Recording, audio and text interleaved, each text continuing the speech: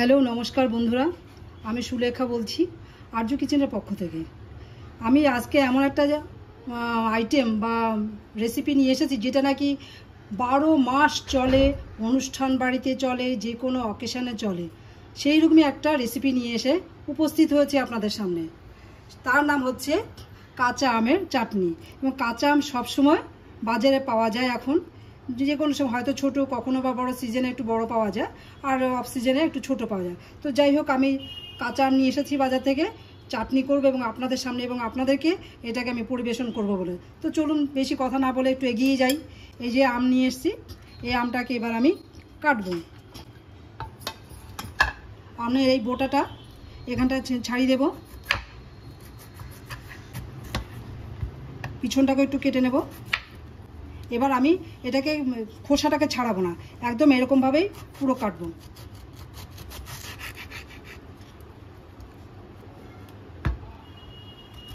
সরু লম্বা লম্বা করে এইভাবে আমি আমগুলোকে কেটে নিলাম সরু লম্বা করে। এবার এখানে আমি সামান্য একটু হলুদ মিশিয়ে দেব।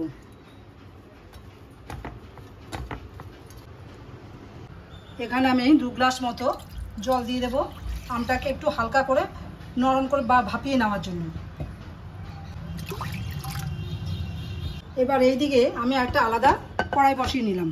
এখানে আমি মশলাগুলোকে ভেজে নেব। মশলা হিসাবে আমি নিয়েছি 2টো শুকনো লঙ্কা, যে পরিমাণ আমার আম রয়েছে তার জন্য দুটো শুকনো লঙ্কাই যথেষ্ট। আর এখানে 5 ফোড়ন আর মৌরি, এগুলো নিয়ে আমি এটাকে ভেজে নেব।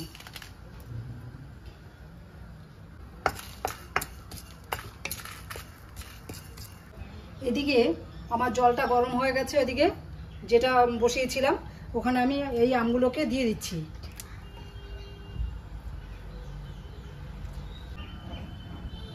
এবার একটু ঢেকে দেবো এটাকে 2 মিনিটের জন্য ফোটার জন্য।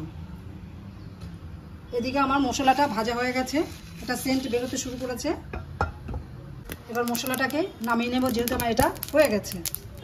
গ্যাসটাকে অফ করে দিলাম, এটাকে নামিয়ে একটা প্লেটে ঠান্ডা হতে দেব।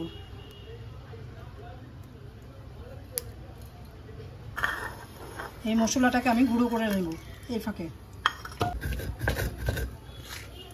একদম অল্প মশলা যেহেতু, সেই জন্য এটা মিক্সারে এটা করতে অসুবিধা হবে, এই জন্য আমি শিলনোড়াতে বেটে এটাকে গুঁড়ো করে নিচ্ছি।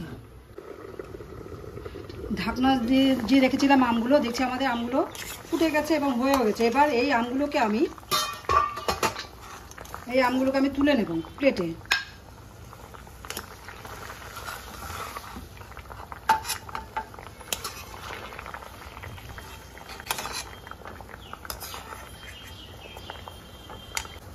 এবার এই জলটা ফেলবো না, এই জলেই আমি হাফ কাপ চিনি এটা দিয়ে দেব শিরা হওয়ার জন্য। এতে আমি 1 চামচ পরিমাণ লবণ দিয়ে দেব। এবার এটাকে আমি একটু ফুটতে দেবো যতক্ষণ না এটা একটু ঘন হয়ে যাচ্ছে। চিনিগুলো মিশে গেছে, লবণটাও মিশে গেছে। এবার আর একটু 2 মিনিট ফুটবে। এই কড়াইটাকে আমি এখানে বসিয়ে দিলাম। কড়াইতে একটু তেল দিয়ে দিচ্ছি। এখানে 2টো শুকনো লঙ্কা দিয়ে দেব। শুকনো লঙ্কাগুলো 2টো লাল হয়ে গেছে, লাল লাল করে ভাজা হয়ে গেছে, একটা সেন্ট বেরিয়েছে। এবার আমরা তেজপাতাটা দিয়ে দিচ্ছি। এবার একটু সর্ষে ফোড়ন দিয়ে দিচ্ছি।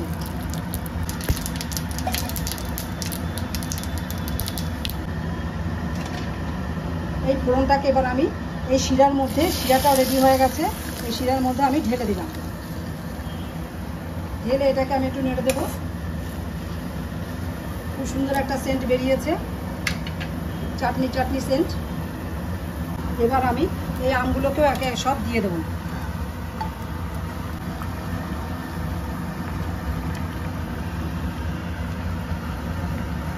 কাজু কিশমিশ ভিজিয়ে রেখেছিলাম, সেগুলোকে আমি দিয়ে দিচ্ছি।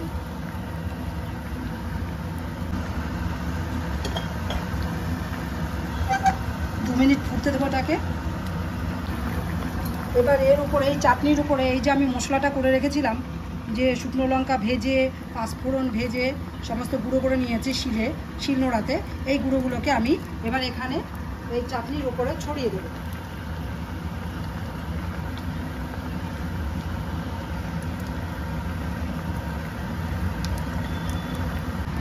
আমাদের চাটনি রেডি। এবার এটাকে আমি একটা বলে ঢেলে নিচ্ছি। এবার এটা গ্যাসটাকে অফ করে দিলাম, বলে ঢেলে ফেলবো।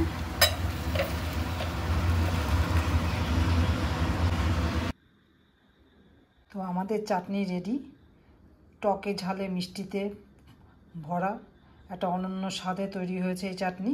এই চাটনি যদি এইভাবে করে দেখেন আপনারা, তাহলে দেখবেন যে এটাই বারবার করবেন আপনারা, এবং দেখবেন যে এটা ছাড়া এই প্রসেস ছাড়া, এই রেসিপি ছাড়া আপনার অন্য কোনো কিছু আর করতে ইচ্ছে করবে না।